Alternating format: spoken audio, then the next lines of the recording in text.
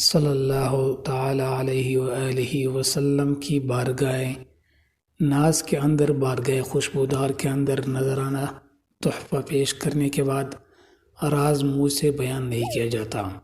محمد محتشم صاحب لکھتے ہیں کہ چند ماہ پہلے کی باتیں، میری آنکھ لگ گئی عالمی رویا میں، میرے سامنے میرے مہربان، میرے رہنما، میرے محسن میرے سامنے تھے۔ وہ سرکار واصف علی واصف رحمۃ اللہ علیہ تھے۔ ہم دونوں ایک دوسرے کو دیکھ کر بہت خوش ہوئے۔ ملتے ہی مجھ سے پوچھنے لگے، تم روزانہ درود پاک پڑھتے ہو؟ میں نے خواب میں ہی کہا 5000۔ حالانکہ یہ میری تعداد نہیں تھی، میری تعداد روزانہ کا درود پاک پڑھنے کی مختلف تھی۔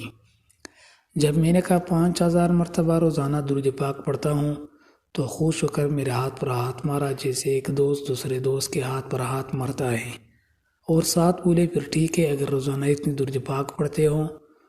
پھر میرے آنکھ کھلی گئی۔ میں تو خوش تھا، مگر اس میں جو راز تھا میں سمجھ نہیں پا رہا تھا کہ اس تعداد میں کیا راز ہے۔ پھر ایک دن ایک اللہ والا کی تحریر میرے سامنے آئی۔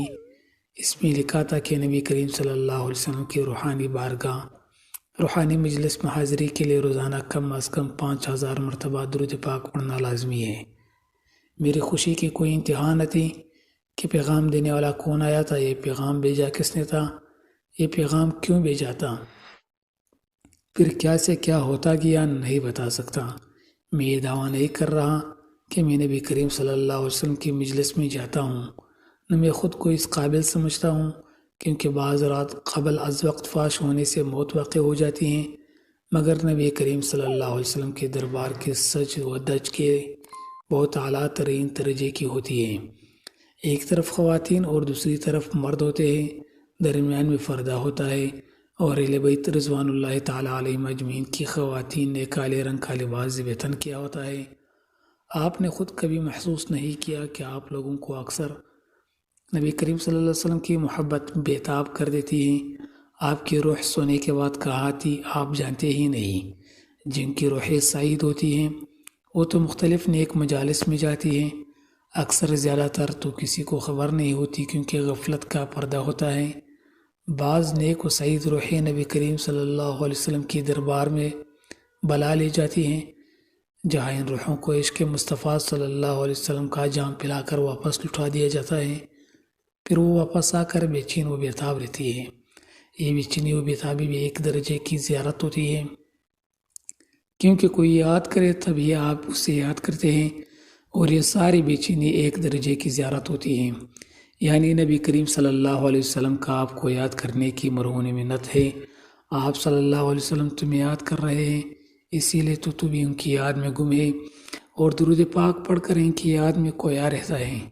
آخر بات لکھ رہا ہوں، بات بڑی گہری ہے، ذرا غور سے سمجھنا۔ میرے دوست واصف نے کہا تھا درود پاک ایک درجے کی زیارت ہے۔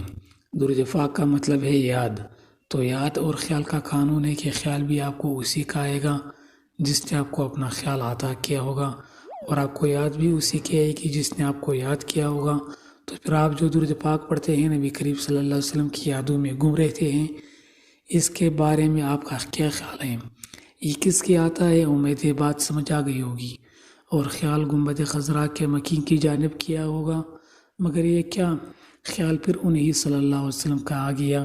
یہ کم سنگیریا ہے گم کما کر، وہ صلی اللہ علیہ وسلم تمہیں خود اپنی ذات مبارکہ تک لے آتے ہیں، اور ایک راز ہے، اور راز منہ سے بیان نہیں کیا جاتا، بس یہ خاموشی سے اور خاموشی ہی کی زبان سے منتقل کر دیا جاتا ہے۔ اور ناظرین، واصف علی واصف فرماتے ہیں حضور پاک صلی اللہ علیہ وسلم کے پاس جاؤ تو اللہ کا تعارف کرواتے ہیں، اگر اللہ کے پاس جاؤ تو حضور پاک صلی اللہ علیہ وسلم کا تعارف کرواتے ہیں۔ اس راز کا خلاصہ یہ ہے کہ زمین سے آواز آسمان کی طرف جاتی ہے لا الہ الا اللہ، اور آسمان سے واپس آواز آتی ہے محمد صلی اللہ علیہ وسلم۔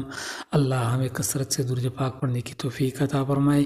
ناظرین، اگر آپ ہمارے چینل پر نئے ہیں تو ویڈیو کو ضرور لائک اور شیئر کر لیں، اور چینل کو لازمی سبسکرائب کر لیں، بیل آئیکن کو پریس کر لیں تاکہ اس طرح کی نوٹیفیکیشن آپ کو وقتاً فوقتاً ملتے رہیں۔ ملتے ہیں نیکسٹ ویڈیو میں۔ والسلام علیکم ورحمۃ اللہ۔